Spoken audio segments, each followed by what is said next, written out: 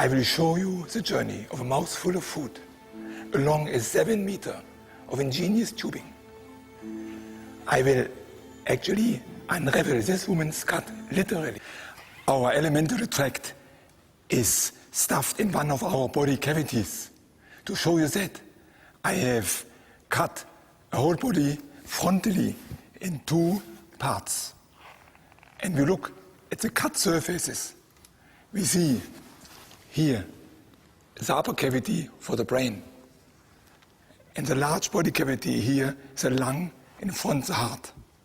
But below the lung, on this side, there the alimentary tract starts with the diaphragm, with the liver, the stomach, the large and the small. I open the flap of the skin to expose the salivary glands.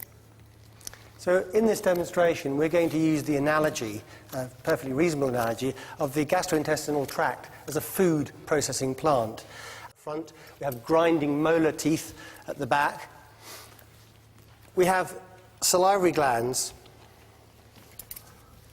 And I think this might be a good opportunity to use, we've got a little mini camera here.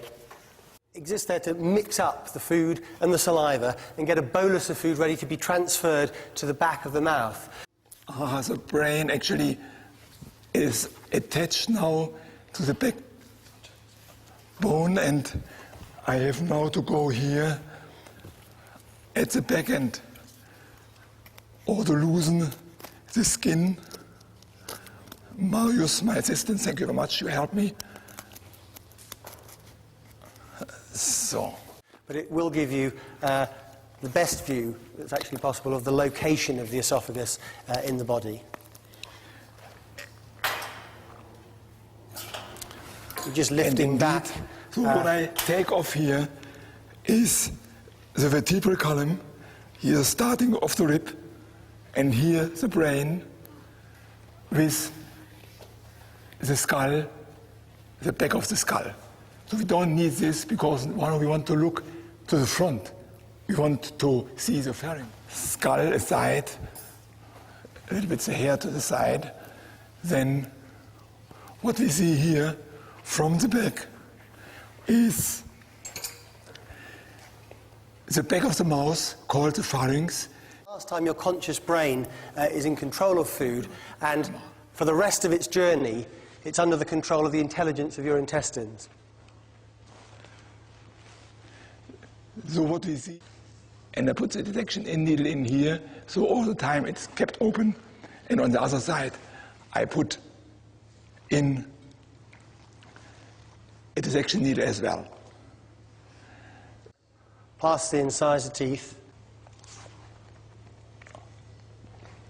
Out of the mouth, to the back of the mouth, and now it approaches the epiglottis, the windpipe closes, it goes here. When a little bit might go in here, we have the coughing, it would go back, but now this time it closes. Wonderful, here it goes its way down to the esophagus, down here into the stomach.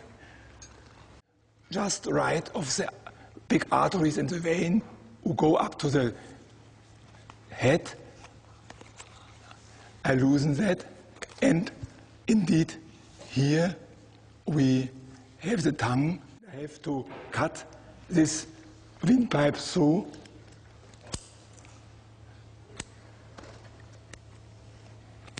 And what I see here is the opening of the trachea, and the opening of the trachea where I take this mucus out again. And now I take all the nerves away.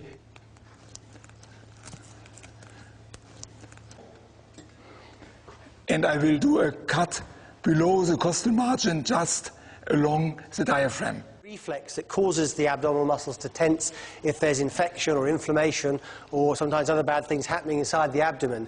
So a tense abdomen is referred to as guarding, and that's a medical warning sign, and is something that doctors look for if somebody's complaining of tummy pain, for example.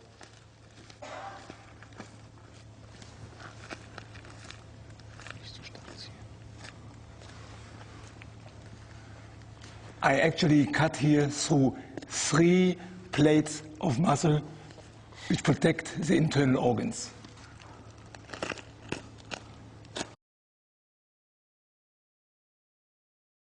Take all this abdominal flap down, and I like a little bit more.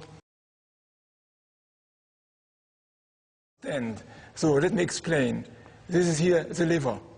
To the right side here, this is the stomach. The stomach, actually, to the stomach is connected a kind of connective tissue which looks like a kind of fur.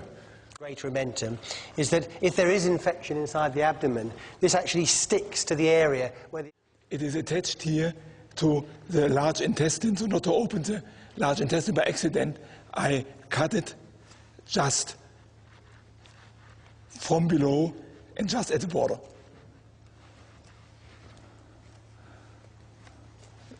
So, John, that's your winter blanket, okay?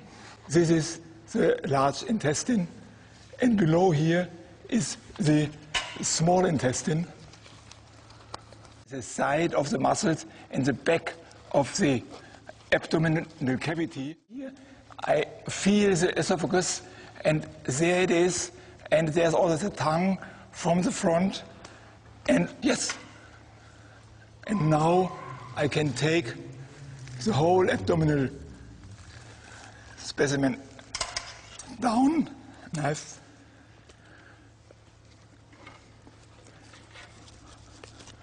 So, absolutely gorgeous. Now, it's about 15 kilogram. The last cut over here. Yes, and I will place it over here.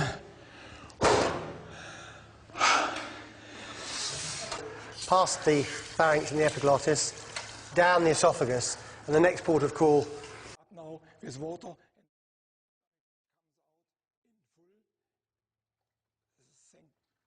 And now I will open it. What actually happens when you have a large...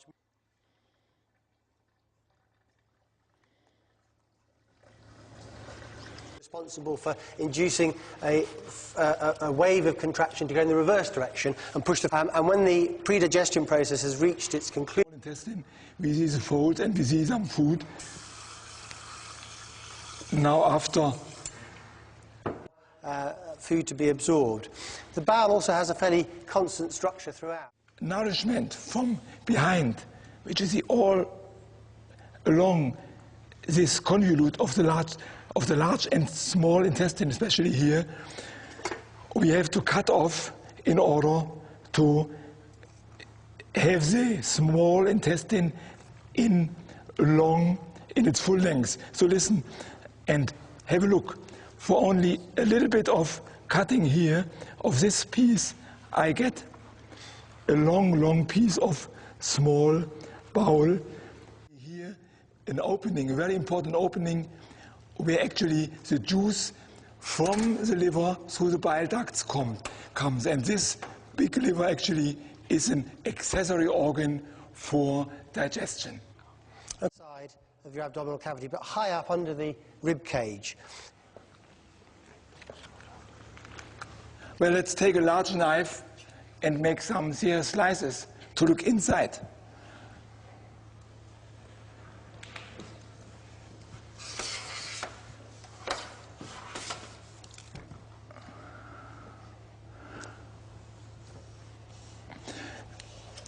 All pathologists do it while they do autopsies in order to see some metastasis of carcinoma, for example.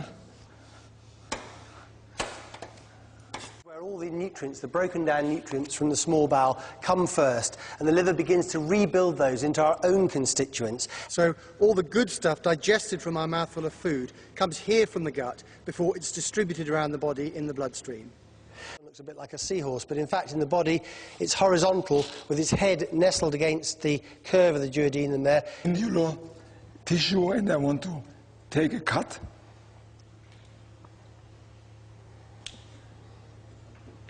And it's very typical glandular view, and all those tiny little globules give off their juice into a duct which actually opens here in the first part of the small intestine.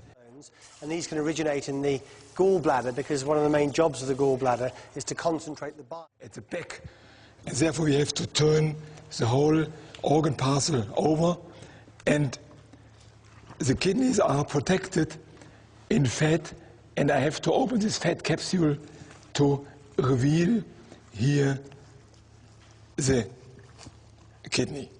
So let's see where the kidneys. Right.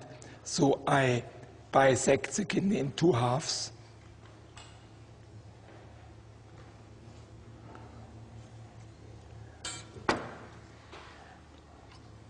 And there on the cut surface, you see small red tiny dots.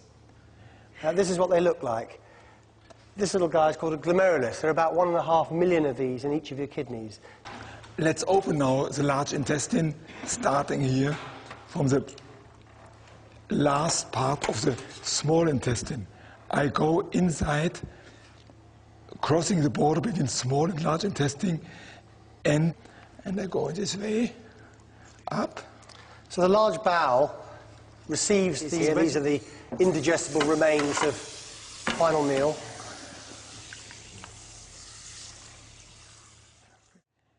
Is the anus. The anus from the outside.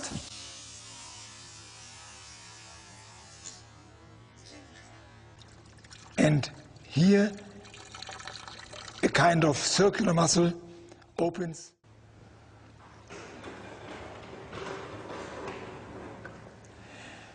And here there is the pharynx.